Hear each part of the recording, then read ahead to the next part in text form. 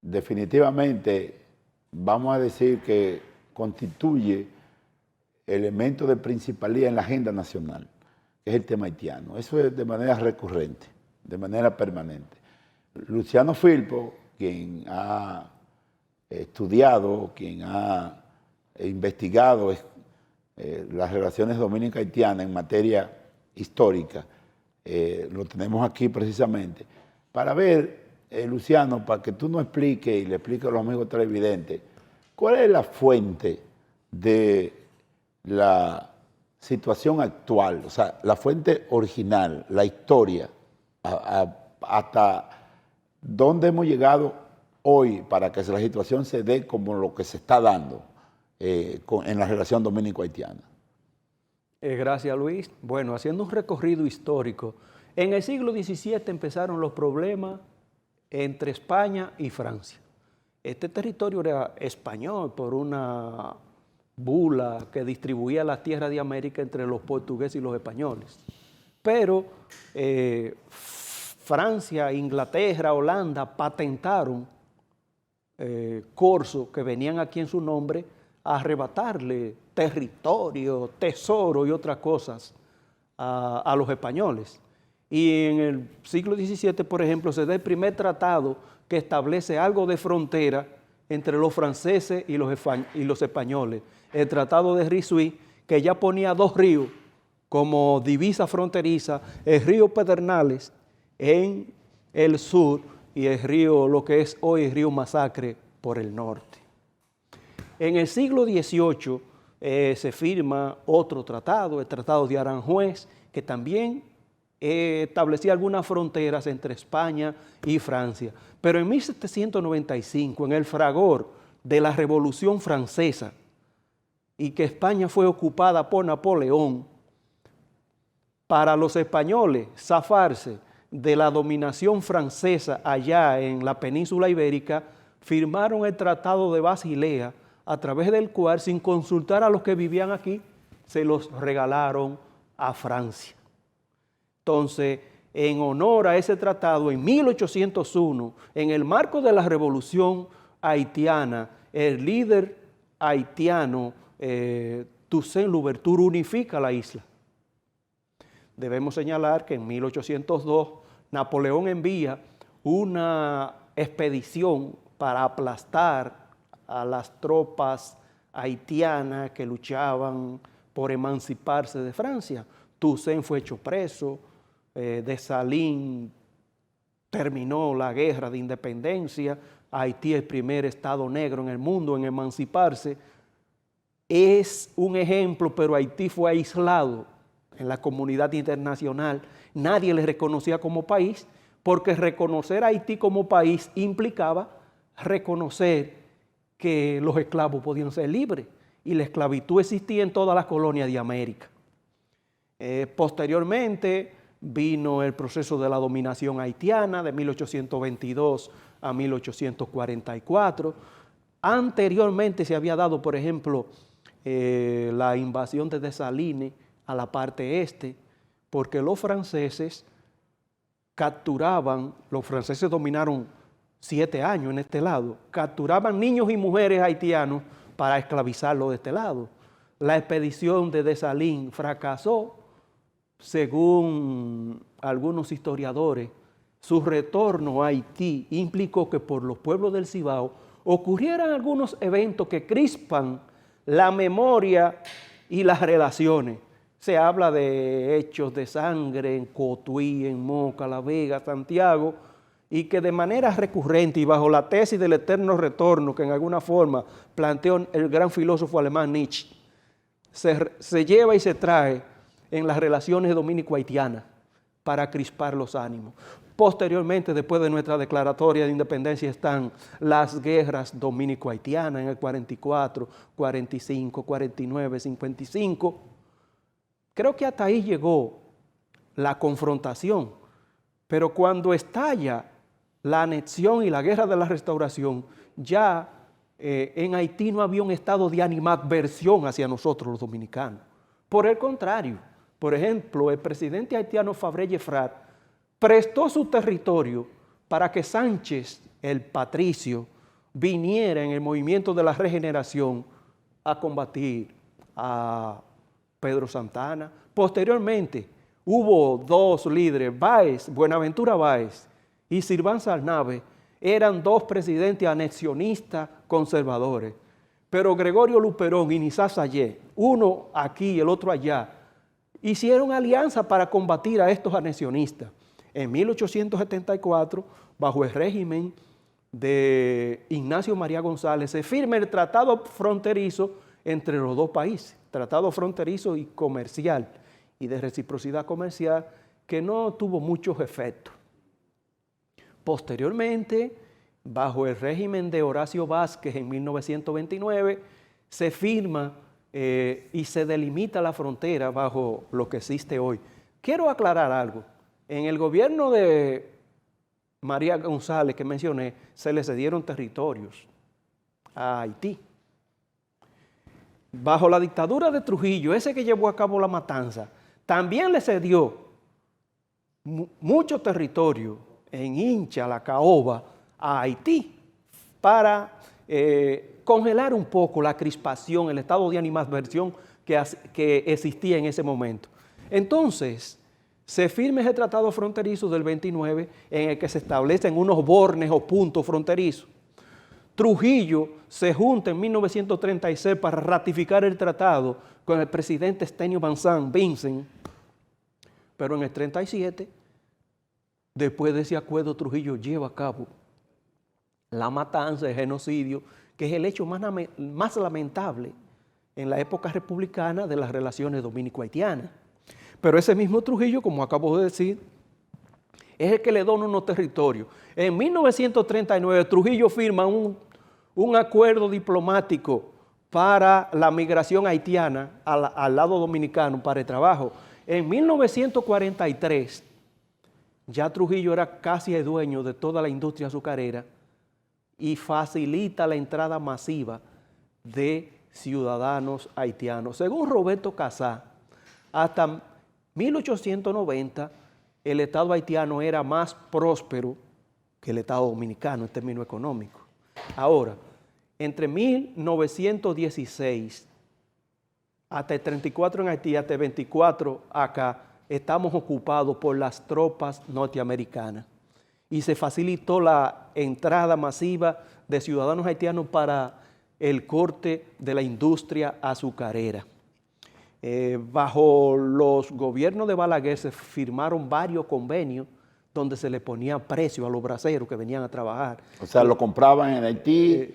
Le pagaban una política de Estado, ¿no? Sí, porque eran migrantes supuestamente temporales que venían a trabajar porque la zafra, como dice Avelino Stanley, es una época... Sí. O sea, es una época alta y, sí, y después baja. Después no hay Después hay nada. Y entonces ellos iban para allá, esa era la intención, cuando cumplían sus tareas aquí, bajaba la industria azucarera, se iban. Ahora, en ese trasiego muchos se quedaban. Sí, también. eso es lo que queremos destacar. Pues, o sea, Tiempos Muertos, el libro de Avelino Stanley, que destaca la situación de los migrantes azucareros. Sí, se fueron quedando, pero ya en los años 80, cuando hay un cambio en la estructura productiva de la República Dominicana. Eso es en los años 80 del siglo XIX. Ya del siglo XX, XX, del siglo XX, okay, del siglo pasado. Hay un cambio en la estructura productiva de la República Dominicana. Los ingenios del Estado, por ejemplo, Balaguer empezó a privatizar en 1986. O sea, que no fue Leonel Fernández que comenzó, fue Balaguer. Balaguer fue que empezó. Porque, por ejemplo, el Catarey de Villa Altagracia, el Esperanza, de aquí de Mao. De Mao, sí. Sí. Y creo que de Montellano, esos tres ingenios fueron dejados sin efecto para crear zonas francas. O sea, en función del cambio de modelo basada en la industria azucarera, entonces ahí comenzaba el proceso a variar de ese modelo productivo a servicio. Ajá, la economía de servicio. Entonces, también empezó a darse un desplazamiento de la mano de obra desde el ingenio hacia otras zonas agrícolas, como sería la producción de arroz, el corte y traslado del banano, que es un producto de exportación desde tiempos remotos. Y después, bueno, en la construcción, los haitianos empezaron a descubrir que en aquellos lugares las relaciones de trabajo no eran una gloria, pero eran mucho mejores que la de allá. Que la Porque hay que recordar sí. que ya en los tiempos un poquito más modernos, en Haití había una situación bastante económicamente difícil porque las grandes potencias y los gobernantes que ha tenido Haití, más las catástrofes naturales, prácticamente diezmaron a ese país y lo convirtieron en el país más pobre de América Latina, ¿no? O uno de los países más pobres del mundo. Ajá, cierto. ¿Verdad? Entonces... Es la expresión de África en el Caribe. Sí. Entonces resulta, viene a ser que entonces los haitianos, de un tiempo, más o menos la migración masiva de haitianos, masiva así, para lograr mejores condiciones de vida para ellos. ¿En qué año más o menos comenzó ese trasiego masivo? Bueno, estábamos diciendo en el siglo XX. Sí. Primero fue Ramón Cáceres. Estamos hablando en 1907, 1908. Dios, sí, creó leyes para favorecer la migración hacia la industria azucarera. Posteriormente, entre 1916 y 24, los norteamericanos también facilitaron. Y con Trujillo se hizo lo propio después de la matanza, que creo que en parte tenía como propósito bajar la tensión y la atmósfera que había contra él por la matanza del 37. Y bajo el gobierno, el gobierno de los 12 años de Balaguer, se firmaron varios convenios en los que se le ponía precio, tanto se pagan por los que vienen a trabajar, reitero, de manera temporal. Sí. Entonces, en 1986, el Consejo Estatal del Azúcar era un elefante blanco. Ya era prácticamente inexistente y empezó de capa caída. Y eso entonces comenzó a privatizarse, los ingenios, y ahí es que llega entonces lo que es Central Romana, antigua Wolfram Webster. Central Romana estaba aquí desde el principio del siglo. Primero se llamó Puerto Rico Sugar Company. Oh. Sí, desde el principio del siglo XX. Y entonces, al monopolizar la industrialización del azúcar, entonces ellos requerían de mano de obra haitianas y dominicanas. Siempre, sí. Debemos señalar que Central Romana y Casa Vicini fueron los únicos que sobrevivieron al proceso de estatización que llevó a cabo Trujillo. Oh. Sí, fueron los únicos. Sí, entonces eso significa, ese es el marco histórico en el cual se da lo que se denuncia a través, no de solamente de Estados Unidos, sino de la OTT, o sea, la Organización Internacional del Trabajo, OIT, sí. Sobre la explotación supuesta o real de mano de obra, en este caso en el Central Romana. Ese es un tema recurrente. Ahí tenemos a Over, la novela de Ramón Marrero Ariztí. Sí. En la época en que Ramón Marrero escribió eso, ni siquiera con dinero le pagaban. Era con un vale para que consumieran, pues era un coto cerrado. O sea que no había la intermediación entre... De dinero. No había dinero. No. Trujillo después fue que estableció que había que pagar con dinero. Oh. Pues si no había dinero tampoco, pocos impuestos. Entonces, ahora en la actualidad, ¿cuál es la... ¿De qué se... Bueno, la aduana norteamericana, o sea, el gobierno norteamericano le ha puesto limitaciones al acceso del azúcar de Central Romana, argumentando que hay una intensa explotación de mano de obra, ¿no?, de parte de esa empresa. ¿Qué tan cierto es eso? Bueno, debemos señalar, Uchi Lora una vez produjo un documental que se llama Caña y Sudor, que dicho sea de paso, se desapareció en YouTube, no aparece, que eran 4 volúmenes bien trabajados, donde se establecía la relación. Y ahí se denunciaban, habían varios sacerdotes, porque no solamente en el Central Romana, también en la Casa Vicini, en el Consorcio Central que funciona en Barahona, se han denunciado estas situaciones. Hace más de 6 meses que una comisión de congresistas norteamericanos habían denunciado que en República Dominicana se daban situaciones de esclavitud en el ámbito azucarero. No fue ahora. Pero eso no implicaba el Estado dominicano. No. Eso es privado. Que en República Dominicana, porque Ok. claro está, lo que está ocurriendo con esa transromana es una situación privada. Sí. Pero que se da dentro del territorio dominicano. Claro que sí, y que el Estado dominicano tiene organismos reguladores como el Ministerio de Trabajo. Sí. Que, por ejemplo, el Estado dominicano no podría lavarse las manos, no tengo que ver con eso. Ok. Porque entonces, de ser cierto las denuncias, diríamos que los mecanismos de regulación estatal están fallando. Sí. Entonces, nosotros, el tema se ha dado en una coyuntura donde hay denuncias de UNICEF y de otras dependencias de que aquí hay unas deportaciones abusivas, que estamos separando niños de familia. El tema viene a cuenta porque se ha querido como vincular una cosa con otra. Necesariamente eso no tiene que ver una cosa con otra. Es decir,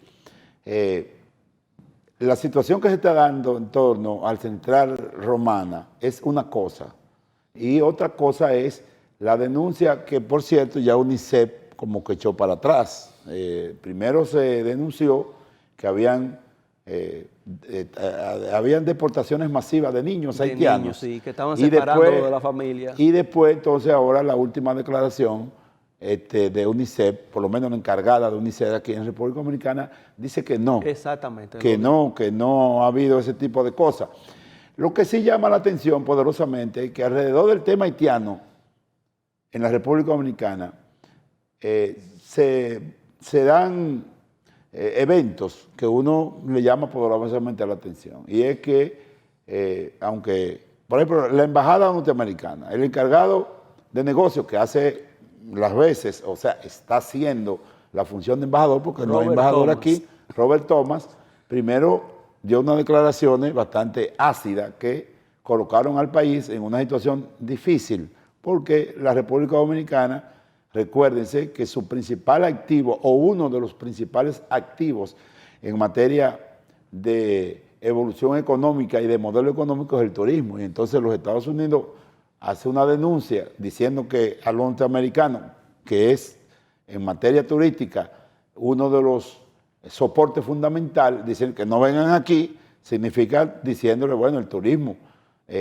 tiene problemas. Y esa declaración de Thomas, prácticamente unificó el país en torno a repudiar ese tipo de declaraciones. Después, el encargado, bueno, después viene la visita, la gente lo liga, pero bueno, porque todo se vincula y se relaciona, de la encargada del Comando Sur norteamericano, que me imagino vino a tratar temas no necesariamente vinculados con el tema haitiano. Pero sí con la seguridad. Pero sí con el tema de trata de personas, ilícito, dinero ilícito, narcotráfico. Imagino que esos son los temas que trataron con el presidente, pero la gente comienza a especular.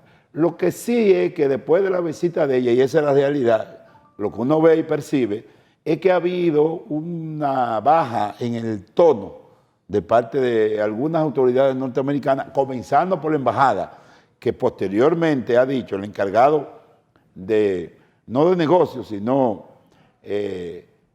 uno de los funcionarios clave, el ministro consejero de la embajada norteamericana, ha dicho que las relaciones entre Norteamérica y República Dominicana no pudieron estar mejor como ahora. De manera que ha habido, parece, una situación de cierta, vamos a decir, de cierta realidad en la relación dominico-haitiana. Bueno, ese es el marco histórico político actual de lo que está pasando en Haití. Veremos, porque eso es un tema recurrente, que el tema haitiano será parte de lo que es la agenda nacional.